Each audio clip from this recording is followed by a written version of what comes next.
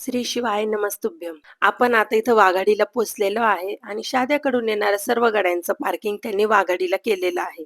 इथून आपण पुढे आता त्यांनी अरेंज केलेल्या बसमध्ये जाणार आहेत. गाड्या इथं सर्वांनी इथंच लावायच्या आहे. तर इथून ते आपल्याला बस थोड्या अंतरावर पन्हाळपासून थोड्या अंतरावर सोडते आणि तिथून मग आपण थोडंसं चालत जायचं पुढे आहे. तर इथं बघू शकताय तुम्ही भरपूरसे भाविक आपल्यासारखे डोक्यावर बॅग वगैरे घेऊन लहान मुलांना घेऊन निघालेले आहे पन्हाळाकडे.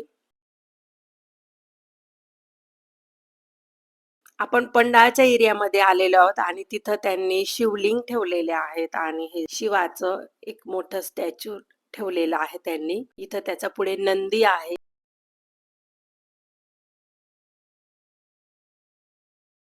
श्री शिवपुराण कथा ऐकायला येणाऱ्या सर्व शिवभक्तांना माझी हीच विनंती की इथं आल्यावर आपण कचरा करणार नाही.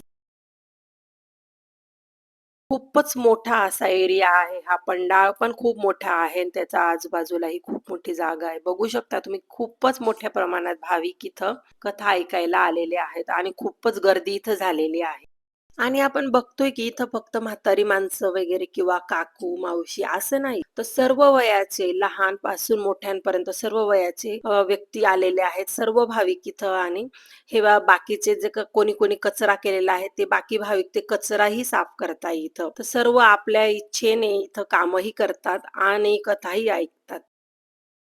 शंकर डमरुआ तरस दिखपाल दिखाना रे शिव शंकर शिव शंकर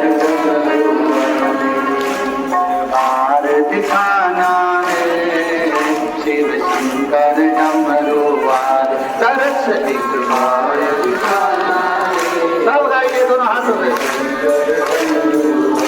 तरस पार दिखाना शिव शंकर डमरुआ तरस पार दिखाना शिव शंकर डमरुआ।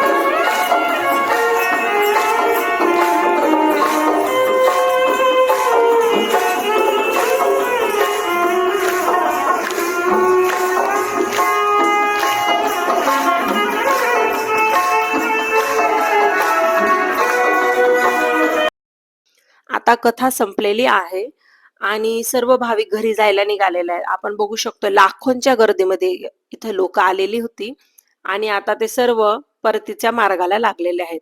तर परत येणाऱ्या सर्व भाविकांना हीच विनंती, तिथं आपण नेले आपलं प्लास्टिक पेपर जे काही असेल ते आपण आपल्या सोबतच परत आणणार, कचरा करणार नाही.